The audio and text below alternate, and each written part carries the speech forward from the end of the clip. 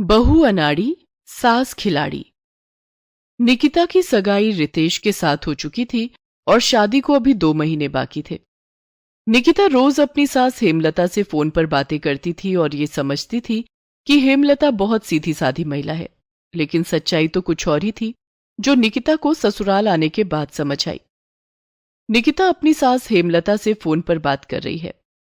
नमस्ते माँ जी, कैसी हैं आप? आपने कुछ खाया? मैं ठीक हूं बहू, तू मेरा इतना ख्याल जो रखती है। हाँ हाँ, मैंने नाश्ते में 1 गिलास लस्सी पिया है। सिर्फ 1 गिलास लस्सी? उससे पेट कैसे भरेगा माँ जी? आपने कुछ तो खाया ही नहीं। अरे निकिता बहू, सुबह सुबह तो हम सबको भूख ही नहीं लगती है। मैं और तेरे पापा तो 1 गिलास लस्सी पी लेते हैं, उससे हमारा पेट भर जाता है और खाना दिन में खा लेते हैं। और रही रितेश की बात, तो वो भी सुबह सुबह नाश्ते में फ्रूट्स या 1 गिलास दूध ही लेता है। निकिता मन ही मन सोचती है कि उसे कितना अच्छा ससुराल मिलने वाला है। सुबह सुबह जल्दी खाना बनाने का झंझट ही नहीं है, आराम से देर तक सोऊंगी। लेकिन निकिता को क्या पता था कि उसकी सास एक नंबर की खिलाड़ी है। बस शादी होने की देर है। निकिता और रितेश अक्सर मिला करते थे। बस जल्दी से ये दिन गुजर जाए निकिता, और तुम दुल्हन बनकर मेरे घर आ जाओ। हाँ हाँ, मैं भी उसी दिन का इंतजार कर रही हूँ। देवी जैसी सास से मिलने के लिए मैं भी बहुत बेकरार हूँ। अपनी माँ का जिक्र सुनते ही रितेश ने बुरा सा मुंह बना लिया। क्या बात है, आप कुछ परेशान लग रहे हैं? नहीं, कुछ भी तो नहीं। अच्छा, अब हमें चलना चाहिए, काफी देर हो गई है। निकिता को रितेश का व्यवहार कुछ अजीब सा लगा। लगता है ऑफिस में काम का प्रेशर ज्यादा है, इसीलिए रितेश परेशान लग रहे हैं। रितेश ने अपनी गाड़ी से निकिता को उसके घर छोड़ दिया। धीरे धीरे दिन गुजर रहे थे और 2 महीने भी बीत गए। आखिर वो दिन आ ही गया जब निकिता और रितेश की शादी होनी थी। खूब धूमधाम से दोनों की शादी हुई और निकिता अपने ससुराल आ गई। ससुराल आकर निकिता बहुत खुश थी। निकिता की मुंह दिखाई की रस्म हुई। सारे रिश्तेदार और पड़ोसियों की तरफ से निकिता को ढेर सारे उपहार मिले। सबके जाने के बाद निकिता सबके उपहार खोलकर देखने लगी, तभी उसके कमरे में हेमलता आ गई। आइए माँ जी, देखिए ना कितने सारे गिफ्ट्स मिले हैं। मुझे तो लगता है मैं इतने गिफ्ट संभाल भी नहीं पाऊंगी। तू चिंता मत कर बहू, मैं हूं ना, मैं तेरे सारे गिफ्ट संभाल कर रखूंगी। इतना कहकर हेमलता ने निकिता को गिफ्ट में मिले सारे गहने, जैसे पायल, सोने की अंगूठी, सोने की चेन, सोने की बालियां, ये सब अपने हाथों में ले लिया और सारे सस्ते गिफ्ट्स निकिता के लिए छोड़ दिए। निकिता बहू, इन गहनों को मैं संभाल कर अपने पास रख लेती हूँ, बाकी गिफ्ट्स तू अपने पास रख ले। सीधी सादी निकिता अपनी सास की चाल को समझ नहीं पाई और उपहार में मिले सारे गहने अपनी सास हेमलता को दे दिए। उसे क्या पता था कि ये गहने उसे अब कभी नहीं मिलेंगे। खैर, शादी के 2-3 दिनों तक निकिता खूब मजे में थी। वो अपने कमरे में देर तक सोती, उसे उसके कमरे में खाना, पानी, चाय, नाश्ता सब कुछ मिल जाता। लेकिन जैसे जैसे दिन गुजरने लगे, वैसे वैसे हेमलता के व्यवहार में बदलाव आने लगा। एक दिन, निकिता बहू, कल से सुबह 5 बजे उठ जाना, नहा धोकर पहले पूजा कर लेना और 6 बजे मुझे और अपने पापा को चाय दे देना। उसके बाद 8 बजे नाश्ता। हाँ माँ जी, मैं 6 बजे चाय बना दूंगी और 8 बजे लस्सी बना दूंगी। नहीं बहू, कल से घर में लस्सी नहीं बनेगी। कल से घर में सुबह सुबह नाश्ता बना करेगा, जैसे कभी पूरी भाजी, कभी आलू के पराठे, कभी छोले भटूरे। लेकिन माँ जी, शादी से पहले तो आप कहती थी कि सुबह सुबह किसी को भूख ही नहीं लगती, लस्सी से आपका नाश्ता हो जाया करता था। वो क्या है ना बहू, मुझे और तेरे पापा को तेरे हाथ के बने व्यंजन चखने हैं। अब हमारी जिंदगी बची ही कितने दिनों की है, ना जाने कब भगवान के घर से बुलावा आ जाए। तो सोचा कि क्यों ना अपने निकिता के हाथ के बने कुछ अच्छे पकवान ही खा लें। ये कैसी बात कर रही हैं आप माँ जी? आपको और पापा जी को कुछ नहीं होगा।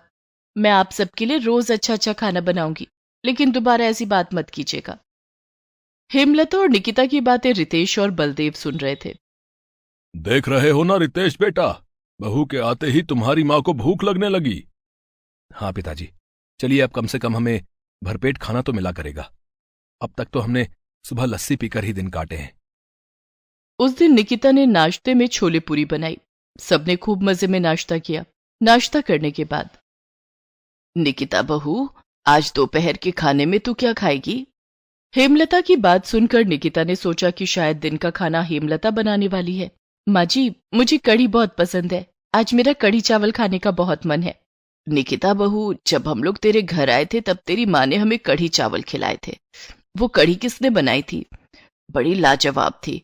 मैंने वैसी कढ़ी कभी नहीं खाई। निकिता खुश होकर बोली, वो कढ़ी चावल तो मेरी माँ ने बनाए थे। आज मेरा वैसा ही कढ़ी खाने का मन है। तू ऐसा कर, अपनी माँ को फोन करके कढ़ी की रेसिपी पूछ ले और कढ़ी बना ले। हेमलता की बात सुनकर निकिता समझ गई कि उसकी सास बहुत चालाक है। वो मीठी मीठी बातें करके उससे सारे काम करवा रही है और खुद कुछ नहीं करती। अब निकिता को कढ़ी भी बनानी पड़ी।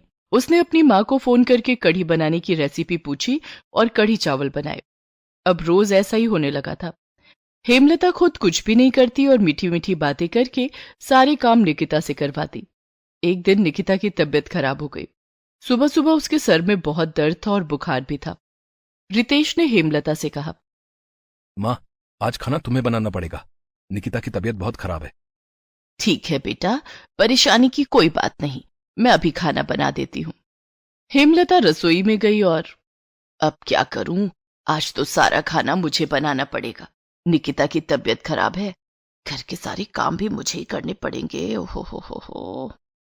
तभी हेमलता को एक उपाय सूझा। उसने रसोई के फर्श पर पानी गिरा दिया और बहुत जोर से चिल्लाई और जमीन पर गिर पड़ी। उसके चिल्लाने की आवाज सुनकर सभी लोग दौड़कर रसोई में आए। बुखार की हालत में भी निकिता रसोई में आ गई। हेमलता को जमीन पर गिरा देखकर उसने सहारा देकर उसे उठाया। अरे माँ जी, आप नीचे कैसे गिर गई? आपको चोट तो नहीं लगी ना?